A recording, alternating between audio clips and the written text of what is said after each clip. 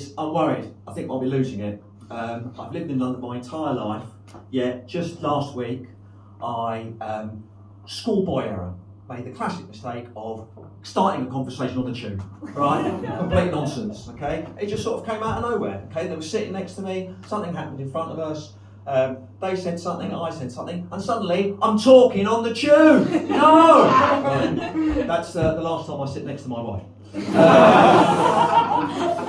Could be worse. It could be worse. I could have been caught in a football conversation. I could be worse. It could be worse. Sorry. Start again. It could be worse. I could be caught up in a conversation about football. And as we all know, there is nothing more boring on planet Earth than middle-aged men talking about football. It's like a conversational black hole. Whereas a black hole is so heavy and dense, not even light can escape. The men who talk about football are as equally heavy and dense.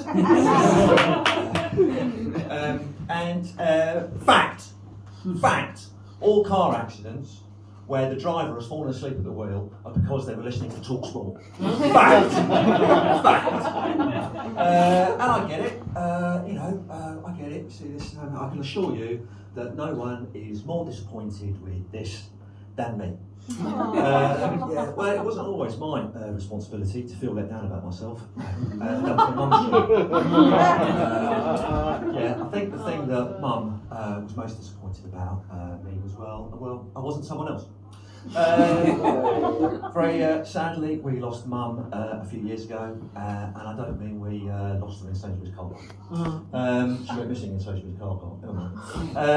Customer announcement: if somebody has lost an elderly lady who delights in letting you know where you went wrong in your life, please come to customer services. Terry, the security guard, is getting a bit fed up with all the life advice. He is very appreciative of all the iron. I know where Terry comes from. And, Dad's in a home now. I don't know whose home. See, Dad's a fantastic burglar. And it wasn't until I was about 10 years old that I realised it wasn't actually normal to have other people's names on your birthday presents. I get it. I mean, until you actually see and hear this, you're probably quite optimistic. Oh, Marco Bellini. Sounds a bit Italian. What are we going to get? Now, someone like the flamboyant Formula One billionaire Flavio Briatore? No, you get me. Sort of like a cut-price Benito Mussolini with a dodgy South London accent. What comes after the dodgy South London accent? Go on, have a guess. No. Hate calling out call centres. You want me to confirm my name? Sure, it's Marco Bellini. Ooh, Bellini. That's my favourite. What, Sandra? It's your favourite what, Sandra? Hey? Is it? Let me guess, Sandra. Let me guess. It's your favourite composer of the bel canto style of opera? No, Sandra. Let me have another guess. It's your favourite Renaissance painter?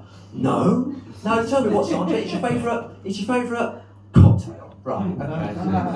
The most disappointing thing about a Bellini cocktail, the last time I got a cocktail, is that fact the Bellini cocktail, a bit like me, is just a little bit naff. If you're going to have a drink, have a Negroni or a Cosmopolitan. Right? Don't stick with the Bellini. I suppose I should be happy that my name's not Gerhard Jägermeister.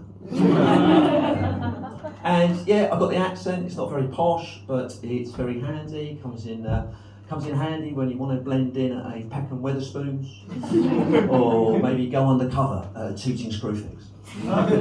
I want them to merge those two places together, and I want them to call it Screw Spoons. I deserve a place where I can go and have a pint of Stella, a full English breakfast, and buy a new toilet seat. Yeah, all I can say. It's sort of happening already, right? Okay, they're both open at 7 a.m.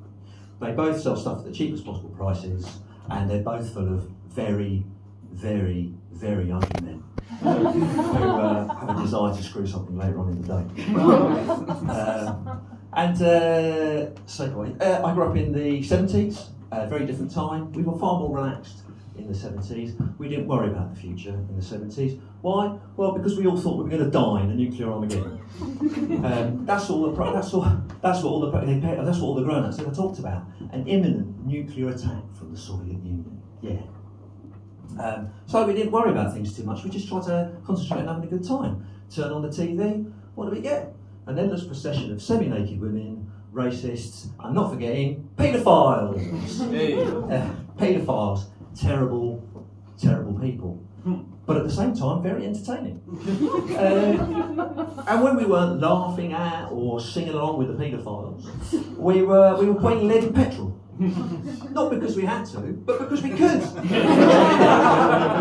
the legacy today. That's why there's unleaded petrol rather than just petrol. We didn't care too much about the future, so we drank, we smoked. I remembered last week that my maths teacher used to smoke during the class.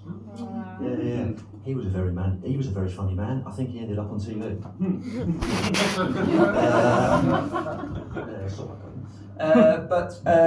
So end of the world. It didn't happen. No, it was worse. We got Thatcher.